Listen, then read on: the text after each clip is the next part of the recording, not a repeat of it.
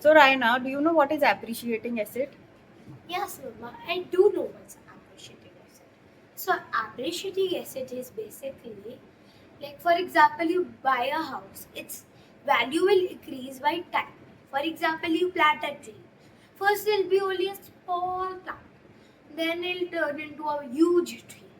That's how appreciating asset works. And what is depreciating asset?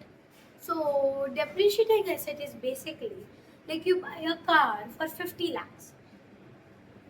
Then after time, it's only have a life for 10 years.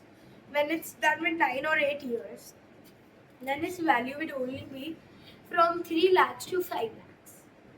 Okay, and if I give you some money, where would you invest? So I think both assets are good, but I would like to invest in appreciating asset because as I grow, it will also its value will also increase. Okay.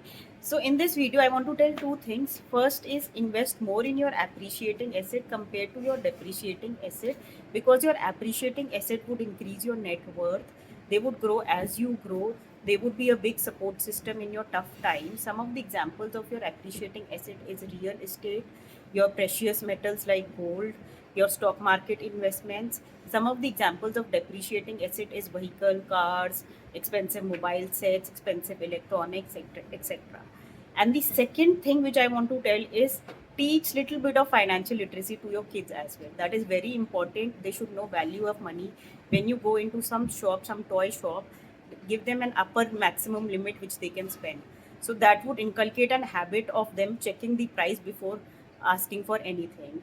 Secondly, what you can do is include savings in your own daily routine.